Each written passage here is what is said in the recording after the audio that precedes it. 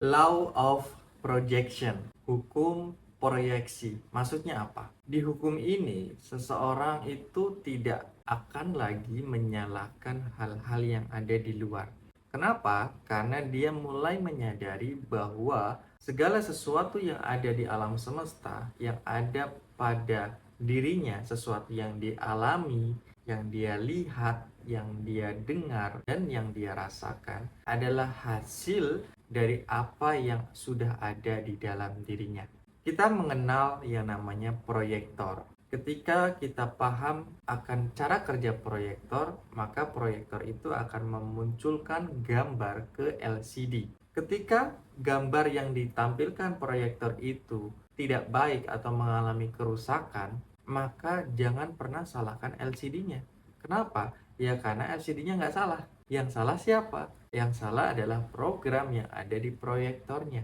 Atau mungkin kacanya burem, atau mungkin software atau program yang dimasukkan ke proyektor itu tidak bagus, sehingga gambarnya pecah. Itulah yang perlu kita sadari. Artinya ketika kehidupan seseorang banyak mengalami kesialan, ketidakberuntungan, dan mungkin sulit dalam melakukan sesuatu, sulit mendapatkan sesuatu, banyak sekali kesusahan atau samsara, ya, penderitaan dalam kehidupannya, yaitu akibat karena dirinya sendiri yang menarik kejadian-kejadian itu untuk datang ke dalam hidup.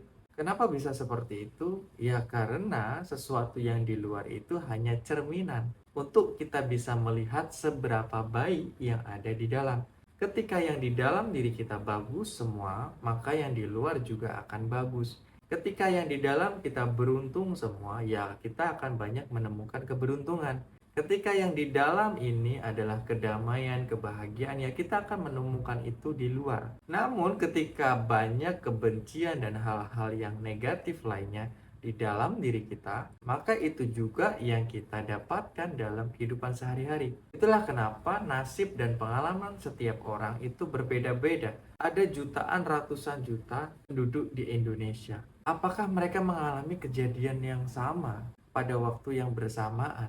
Mungkin kejadiannya sama, tapi pasti ada cerita yang berbeda di balik kejadian itu. Artinya setiap cerita atau peristiwa yang terjadi itu satu dengan yang lainnya itu mengalami perbedaan. Apa yang membuatnya berbeda? Ya karena program yang ada di dalam dirinya itu juga berbeda. Nah, jadi kalau kita mau melihat sesuatu yang baik di luar, maka ubah dulu programnya. Apa yang dimaksud program? Yang dimaksud program adalah seperti halnya komputer.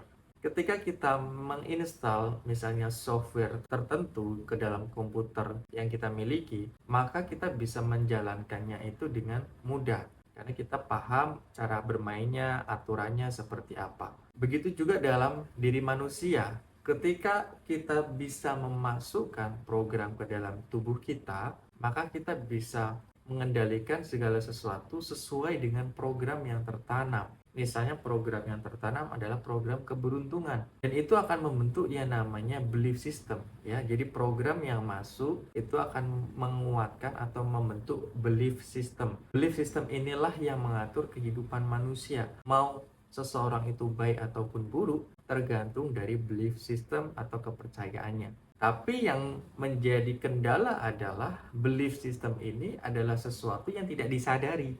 Artinya kita butuh kesadaran untuk menyadari belief system. Sehingga apa? Ketika kita menyadari belief system, maka itu tidak lagi menjadi belief atau tidak menjadi keyakinan, tapi menjadi pilihan. Untuk bisa menyadari, maka kita butuh energi yang tinggi, butuh keselarasan energi di dalam tubuh kita. Tanpa keselarasan energi di dalam tubuh kita, atau istilahnya cakra-cakra kita tidak selaras dan tidak seimbang, maka sulit sekali untuk orang bisa berkesadaran. Orang bawaannya tuh pengennya menyalahkan hal-hal yang ada di luar. Dia tidak pernah berkaca dengan dirinya sendiri. Kamu mukanya cemong, mukanya belepotan, gak mungkin kamu bersihin kacanya terus mukamu bersih ketika kamu berkaca. Ya bersihin dulu mukamu, baru kamu ketika melihat ke cermin bersih. Begitu juga dengan keyakinan tadi. Keyakinan hanya akan bisa kamu sadari ketika terjadi keselarasan energi. Tanpa kamu ada kesadaran, seseorang akan sulit sekali untuk bisa menyadari keyakinan-keyakinan yang ada di bawah sadarnya. Makanya mengubah diri kita atau meningkatkan kualitas diri kita, lebih tepatnya mungkin seperti itu gak mudah. Butuh namanya metode yang tepat untuk setiap orang. Artinya kadang setiap orang metodenya bisa berbeda karena punya karakter dan belief system yang berbeda juga. Contoh misalnya begini. Ketika seseorang itu yakin sekali bahwa dirinya itu selalu dapat pasangan yang KDRT. Lucunya, ketika dia tidak menyadari, ya dia akan selalu menyalahkan pasangannya, menyalahkan yang di luar, dan mungkin dia akan bertanya, kok dapatnya yang kayak gitu terus, yang nyakitin dan lain sebagainya. Karena kita masih berpikir atau fokusnya keluar, bukan ke dalam. Nggak move in, tapi move on. Kalau kita selalu move on, ya kita nggak pernah sadar. Kita harus mengubah sudut pandangnya menjadi move in, bukan move on. Kemudian, setelah udah move in ke dalam diri kita, pelan-pelan kita akan menggali dan mulai menyadari perlahan bahwa segala sesuatu yang di luar terjadi karena ada yang di dalam. Bisa jadi ketika seseorang di KDRT itu adalah keinginannya sendiri. Itu adalah hasil dari belief system yang selama ini dipercayainya. Ada salah satu klienku di mana ketika dia di KDRT, dia merasa dicintai. Kenapa kok bisa di KDRT malah merasa dicintai? Yang pertama adalah bahasa cinta dia adalah sentuhan. Jadi ketika suaminya menyentuh entah dengan kasar ataupun lembut, ya bagi dia itu cinta. Yang kedua, ketika di KDRT dan dia kabur ke rumah orang tuanya, terus suaminya menjemput dia untuk membawa dia balik lagi ke rumah, dia merasa dirinya itu berharga. Kenapa? Karena suaminya memperjuangkannya. Itu adalah tanda-tanda bahwa wadah rasa cinta atas dirinya sendiri itu kurang. Makanya dia berusaha mencari cara supaya rasa cinta atau tangki cintanya itu penuh lagi. Makanya dia melakukan itu lagi, sampai akhirnya mungkin dia gonta-ganti pasangan dan menemukan pasangan yang begitu semua. Nah, pasangannya begitu semua ya karena dirinya sendiri. Tapi dia nggak sadar akan hal itu. Sampai akhirnya ketika dia sudah menyadari hal tersebut, dan ketika sudah menyadari maka akan menjadi pilihan. Ketika sudah menjadi pilihan, yaitu terserahnya klien tersebut. Apakah dia mau memilih untuk seperti itu terus, atau dia justru memilih untuk membahagiakan dirinya. Kenapa kok membahagiakan dirinya? Karena dirinya menyadari bahwa selama ini dia melakukan itu karena tangki cintanya kosong. Ketika dia mencintai dirinya sendiri, artinya dia memenuhi kebahagiaan, rasa cinta, kemudian keberlimpahan di dalam batinnya. Sehingga dia nggak butuh lagi tuh rasa cinta, kemudian kebahagiaan dari luar. Dia justru malah yang berbagi. Karena apa? Karena dirinya sudah penuh. Ketika wadah kebahagiaan kita, wadah rasa batin kita itu udah penuh, ya maka kita akan berbagi itu dengan tulus, tidak lagi pamrih. Kebanyakan orang itu menuntut untuk dibahagiakan, padahal yang membahagiakan itu belum tentu bahagia.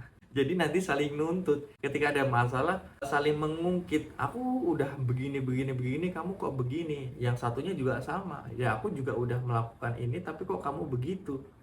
Ribut. Kenapa? Karena tidak saling menyadari bahwa yang salah adalah mereka sendiri masing-masing. Kenapa kok begitu? Karena wadah kebahagiaan mereka tidak dipenuhi dulu, tapi justru minta ini, minta yang sini. Jadinya ketika ada konflik, jadi meledak. Hukum law of projection ini akan membuat kita kembali menyadari bahwa segala sesuatu itu berasal dari diri, dan semuanya pasti akan kembali ke diri kita sendiri juga. Apa yang kita lakukan, apa yang kita perbuat, dan apa yang kita alami, yaitu berasal dari diri sendiri. Ketika kita sudah menyadari intinya, kita akan berubah atau bisa lebih mudah meningkatkan kesadaran dan kualitas hidup lebih baik. Gitu saja mungkin yang bisa aku sampaikan ke teman-teman. Kita ketemu di video selanjutnya, dan kalau kamu pengen gabung di Private Coaching Hypnosis Seduction, linknya ada di deskripsi. Sampai ketemu di video selanjutnya.